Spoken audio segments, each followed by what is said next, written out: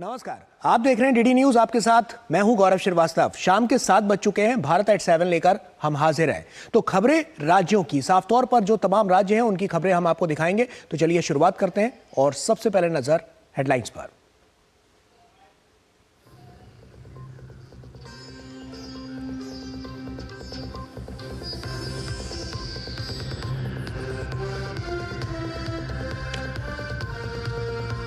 Beating retreat समारोह में दिखी धूम।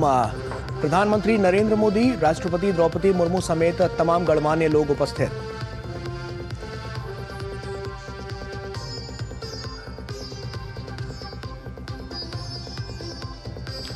केंद्रीय मंत्रिमंडल में अहम फैसले। साफ तौर पर देश के विकास के लिए प्रतिबद्ध सरकार लगातार दे रही है बड़ी सौगातें।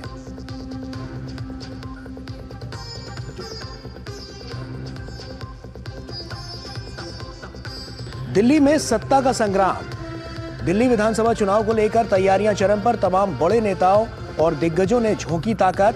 भारतीय जनता पार्टी समेत कांग्रेस और आम आदमी पार्टी ने की रैलियां।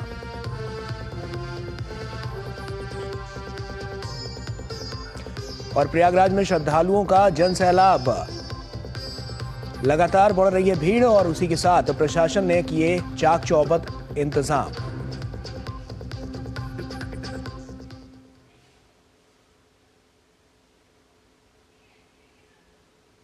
और शुरुआत करेंगे भारत एट 7 की, लेकिन एक छोटे से ब्रेक का यहां पर वक्त हो गया है। जल्द हाजिर होते हैं।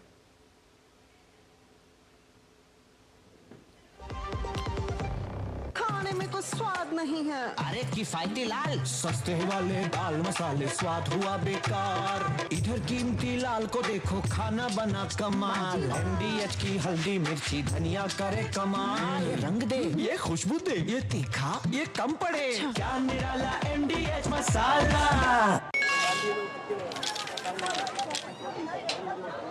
हम मूंगफली बेचते हैं, अपना अकल नहीं। ये मैसेज देखिए, कहते हैं लॉटरी लगी है, लिंक क्लिक करके UPI पिन डालो पैसा मिलेगा। अरे हमको मालूम नहीं है क्या। इधर UPI पिन डाला, उधर पैसा गायब। मूंगफली वाला हूँ, मूर्ख नहीं हूँ। याद रहे, UPI कहता है अगर कोई लालच दे तो कहो मैं मूर्ख नहीं हूँ।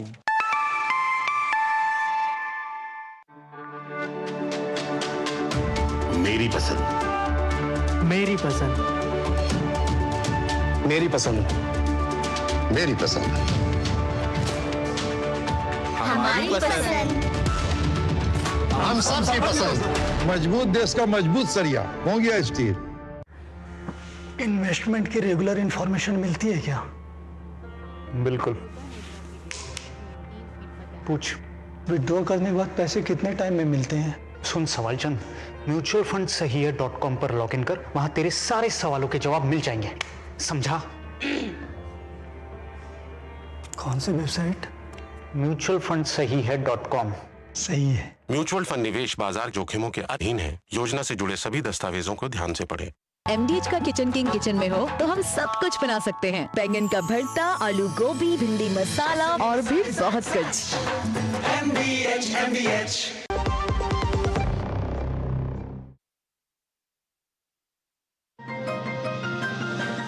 महाकुंभ में मौनी अमावस्या के दिन संगम नगरी प्रयागराज में उमड़ा श्रद्धालुओं का जनसैलाब। बताएंगे महाकुंभ के अमृत स्नान से जुड़ी हर खबर। कैबिनेट की बैठक में क्या हुए फैसले। दिल्ली के दंगल में PM मोदी की रैली, केजरीवाल पर निशाना। आम आदमी पार्टी और कांग्रेस में जारी है तकरार। करेंगे दिल्ली के दंगल पर सियासी चर्चा। बताएंगे इसरो ने किस चीज में लगाई सेंचुरी। होंगे बीटिंग द रिट्रीट के रंग। देखिए दिन की हर बड़ी खबर न्यूज नाइट में रात 8 बजे सिर्फ डीडी न्यूज पर।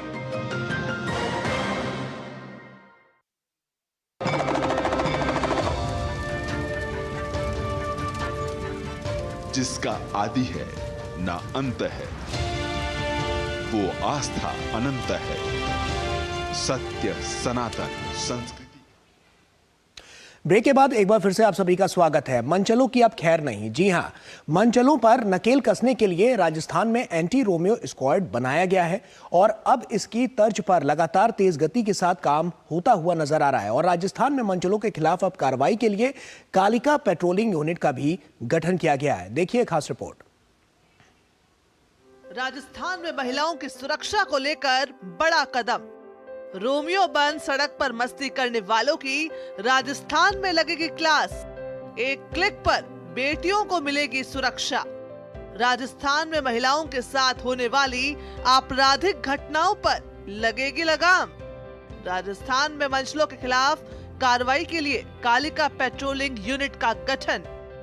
महिला अत्याचार और छेड़छाड़ के मामलों के बीच राजस्थान सरकार ने महिला सुरक्षा के उद्देश्य से एक बेहतरीन कदम उठाते हुए जिला स्तर पर कालिका पेट्रोलिंग यूनिट की शुरुआत की है, जो महज एक क्लिक में महिलाओं और युवतियों की सुरक्षा के लिए चंद मिनटों में मौके पर पहुंचकर पीड़ित महिला और युवतियों को सुरक्षा प्रदान करेंगी।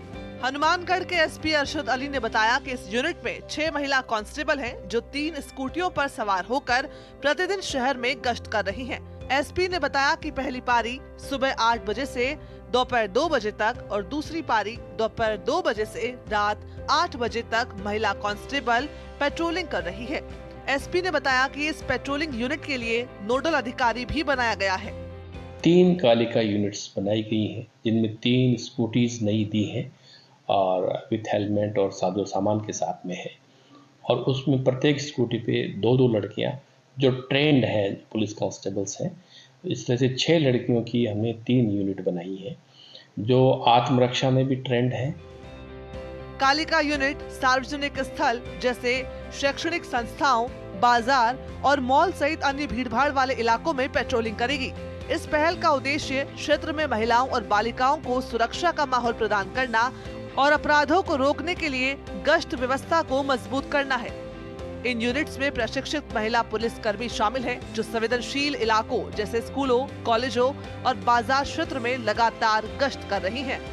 मंचलों पर कार्रवाई होती है, इसके लिए 1090 नंबर जारी किए हैं सरकार ने और हमने प्रत्येक स्कूल और कॉलेज में हमारे पर्सनल नंबर तीनों यूनिटों पे दे रखे हैं। स्थानीय महिलाएं भी कालिका पेट्रोलिंग यूनिट की सराहना कर रही हैं। उनका कहना है कि इससे मंचलों पर नकेल कसी जा सकेगी। आमतौर पे देखा जाता है कि गली मोहल्ले के अंदर या बाहर कहीं भी देख लें, जो मंचले लड़के होते हैं वो उनको परेशान करते हैं, उनको टॉर्चर करते हैं किसी भी प्रकार से। तो उस तरह की जो परेशानियां हैं उससे निजात पाने के लिए राजस्थान पुलिस ने ये बहुत ही अच्छा कार्यक्रम चलाया है। राजस्थान सरकार का ये कदम महिलाओं की सुरक्षा के प्रति राज्य सरकार की प्रतिबद्धता को दर्शाता है। कालिका पेट्रोलिंग यूनिट के गठन से महिलाओं और बालिकाओं को एक सुरक्षित वातावरण मिल सकेगा। इस यूनिट में केवल महिला पुलिसकर्मी हैं। यह यूनिट 24 घंटे तैनात है। आज ये यूनिट प्रदेश के हर जिले में तैनात है। इससे न केवल राजस्थान में अपराध में कमी आएगी, परंतु महिलाएं सुरक्षित भी महसूस करेंगी। कैमरा पर्सन राकेश पटेल के साथ अर्निशा, डीडी न्यूज, जयपुर। और झारखंड की बात करें तो झारखंड में विकास के दावों के इतर कई क्षेत्र अभी भी मूलभूत सुविधाओं के लिए तरस रहे हैं। राजधानी रांची से सटे गांवों का हाल बेहाल है, तो फिर दुर्गम इलाकों की हम सिर्फ कल्पना ही कर सकते हैं। देखिए राजधानी रांची से महज 25 किलोमीटर दूर सीसीपीडी गांव से ये ग्राउंड रिपोर्ट, जहां ना तो पक्की सड़क है, ना ही जल की व्यवस्था है। झारखंड में हवाई साबित होते विकास के दावे। झारखंड सरकार के लाख दावों के बाद भी ज्यादातर क्षेत्र विकास से काफी दूर। राजधानी रांची से महज 25 किलोमीटर दूर गांव का हाल बेहाल। आजादी के 75 वर्ष बाद भी मूलभूत सुविधाओं को तरसते लोग। बुनियादी जरूरतों से भी वंचित है गांव के लोग। सीसीपीडी गांव में न तो पक्की सड़क और न ही शुद्ध जल की व्यवस्था। झारखंड में विकास की चाल चिंता पैदा करने वाली है। आजादी के 75 वर्ष बीत जाने के बाद भी कई गांव में विकास की किरण अब तक नहीं पहुंच पाई है। दूर दराज के दुर्गम इलाकों की बात तो छोड़िए, राजधानी रांची से सटे गांव भी बेहाल है। देश जहां विकसित राष्ट्र के सपने संजो रहा है, वहीं रांची के समीप नामकुम के सीसीपीडी गांव बुनियादी सुविधाओं को तरस रहा है। राजधानी रांची से मात्र 25 किलोमीटर दूर यह गांव विकास के दावों की पोल खोल रहा है।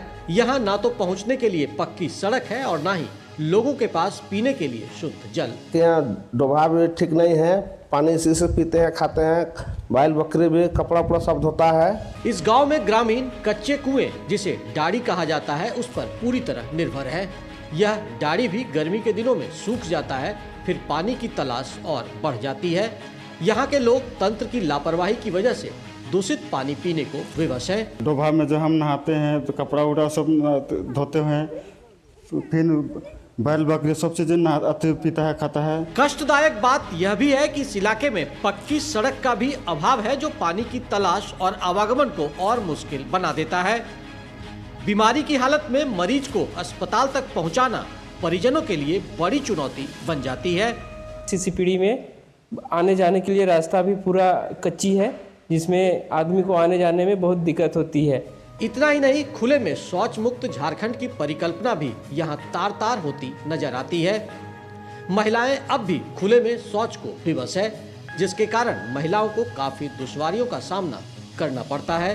रात के समय और बरसात के दिनों में उनकी परेशानी चरम पर होती है। शौचालय भी नहीं है, जंगल तरफ जाते हैं शौचालय करने के लिए, पानी पीने के लिए दूर होता है। विकास की किरणों से महरूम इस गांव की कहानी तंत्र की विफलता का जीवंत प्रमाण है।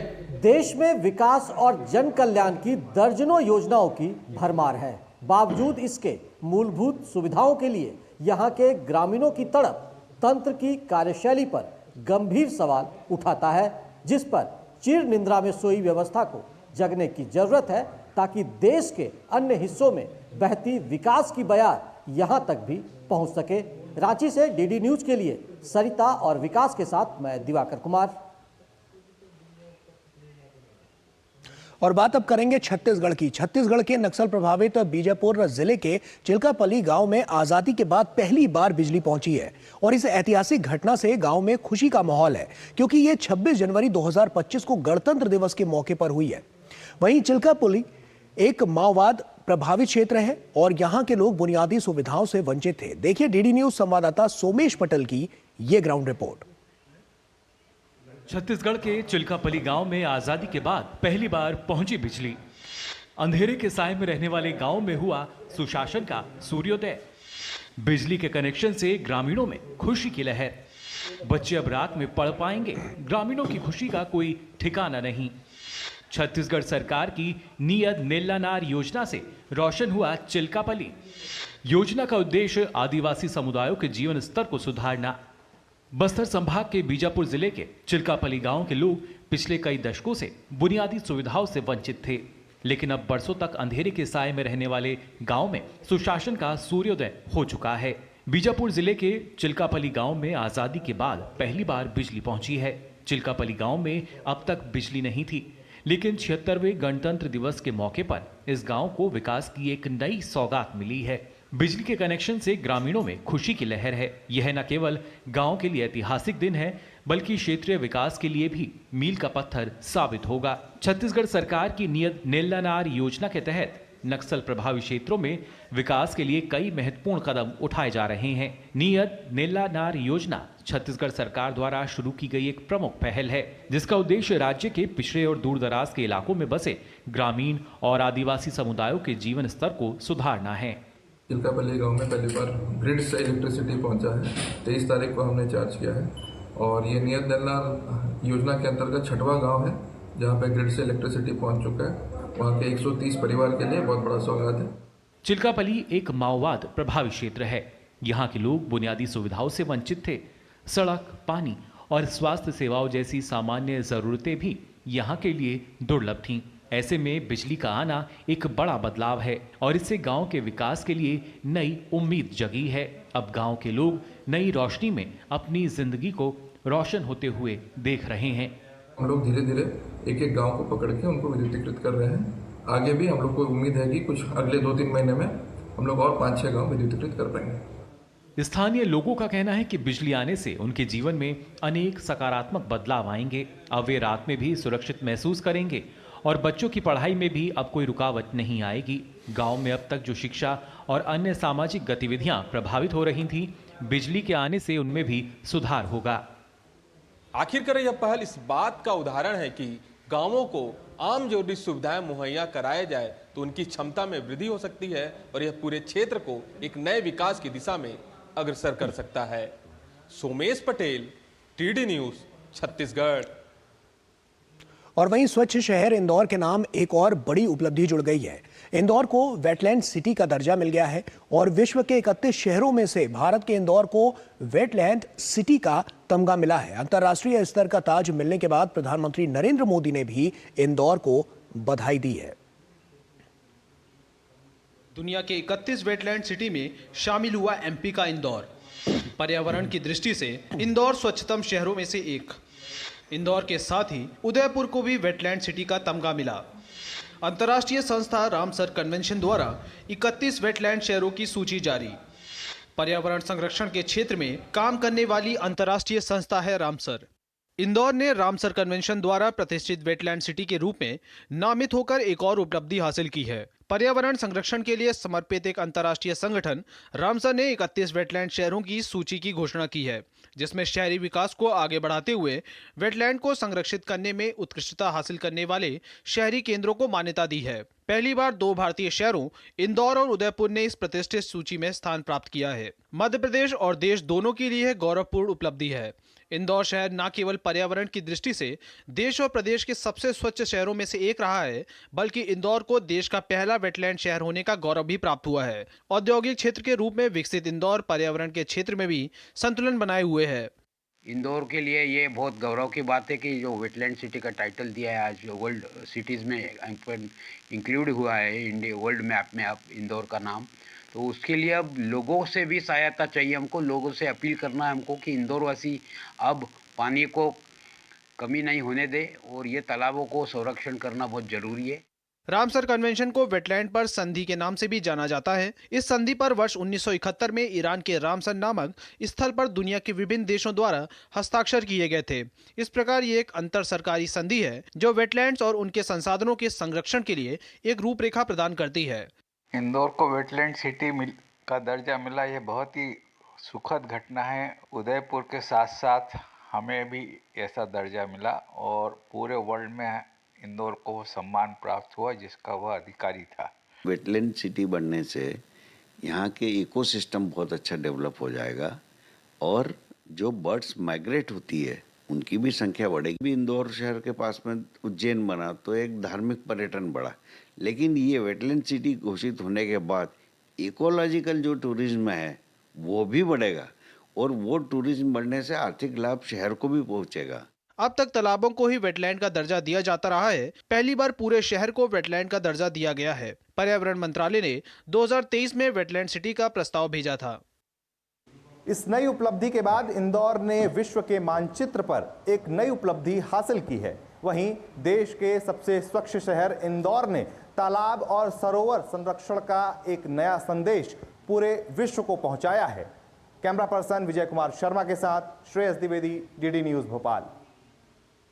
और वक्त यहां पर एक छोटे से ब्रेक का हो गया, लेकिन ब्रेक के उस पार जब लौटेंगे तो दिल्ली विधानसभा चुनाव से जुड़ी हुई खबर आपको दिखाएंगे। छोटा सा ब्रेक, जल्द हाजिर होता है।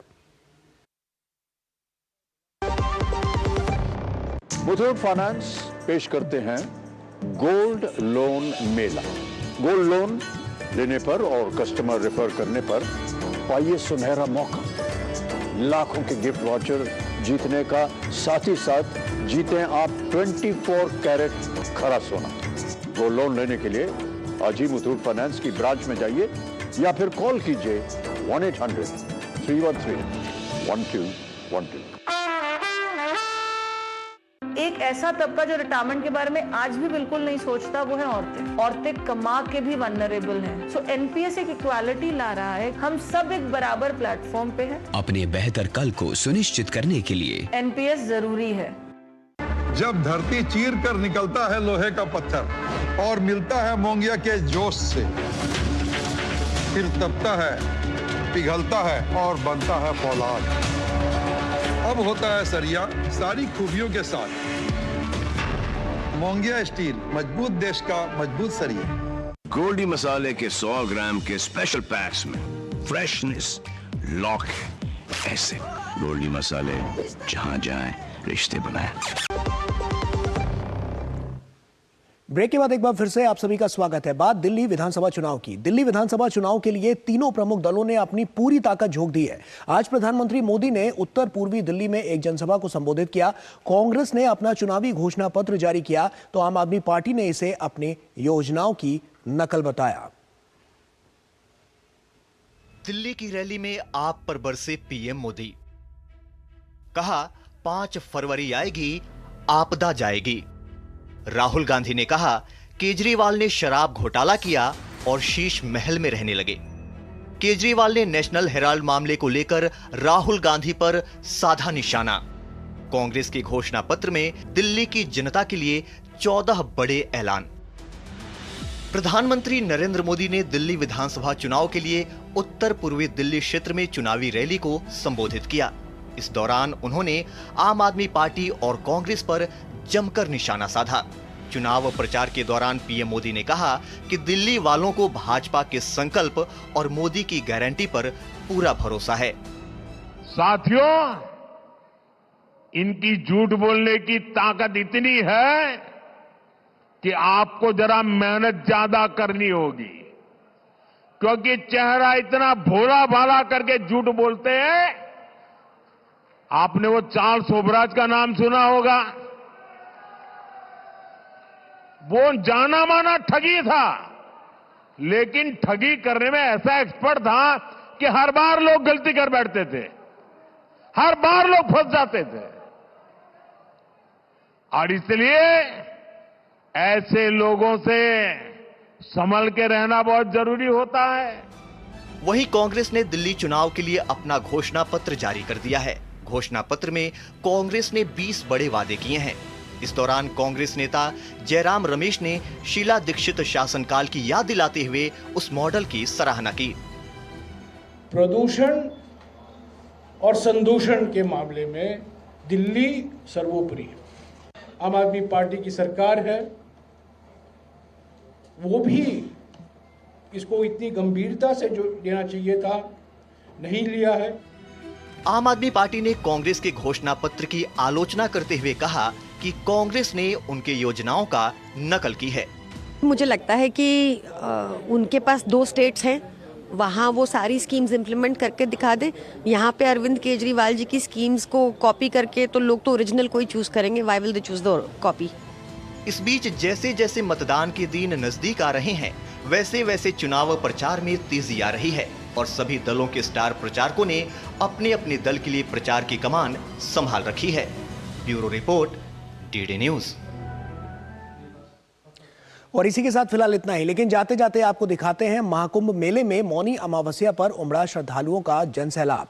दिव्य और भव्य महाकुंभ में देश विदेश से आए करीब 7 करोड़ से ज्यादा श्रद्धालुओं ने आस्था की डुबकी लगाई। सभी 13 अखाड़ों ने भी अपने तय क्रम के अनुसार अमृत स्नान किया। तो इतनी बड़ी भीड़ को नियंत्रित करने के लिए सुरक्षा से लेकर अन्य व्यवस्थाओं के पुख्ता इंतजाम किए। तो आप देखिए इस रिपोर्ट को। हमें दीजिए इजाजत। नमस्कार।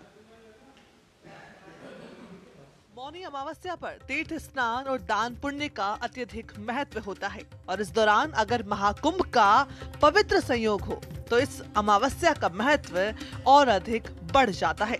दरअसल महाकुंभ में मौनी अमावस्या पर विशेष अमृत स्नान किया जाता है। शास्त्रों में अमृत स्नान करने को अत्यधिक शुभ माना गया है।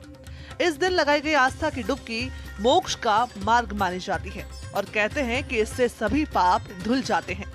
वहीं मौनी अमावस्या पर महाकुंभ के दूसरे अमृत स्नान के दिन करोड़ों श्रद्धालुओं ने अमृत स्नान कर नया कीर्तिमान रचा। विश्व के कोने कोने से आए श्रद्धालुओं ने प्रयागराज के महाकुंभ में बनाए गए घाटों पर पवित्र स्नान किया। हर हर महादेव, जय गंगा मैया की जय। बहुत सारी अच्छी सुविधा योगी बाबा ने हमारे की है। सभी लोग अच्छे से यहाँ पे जा रहे हैं। सभी लोग कोई प्रकार की दिक्कत हम लोगों को नहीं हुई। के लिए महाकुंभ मंगलमय हो, सब लोग खुशी से अपने अपने घर जाए। योगी सरकार बहुत अच्छा व्यवस्था की है, हम लोग कोई तकलीफ नहीं हुआ, आराम से स्नान किए। बहुत अच्छा, हम लोग बहुत भीड़ नहीं है ज्यादा। मौनी अमावस्या के महत्व की बात करें तो मौनी अमावस्या का व्रत हर वर्ष माघ माह की अमावस्या तिथि पर रखा जाता है। इसे माघी अमावस्या के नाम से भी जाना जाता है। यह दिन गंगा स्नान, दान और पितरों की पूजा के लिए समर्पित होता है। इस दिन मौन रहकर व्रत करने की परंपरा है। इस दिन प्रातः काल गंगा स्नान करने का विशेष महत्व है।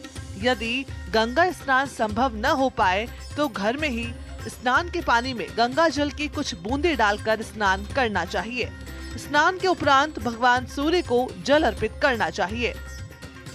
विश्व के सबसे बड़े सांस्कृतिक सनातन समागम महाकुंभ में मौनी अमावस्या पर अमृत स्नान करने के लिए विदेशों से भी श्रद्धालुओं का ज्वार संगम नगरी में उमड़ पड़ा।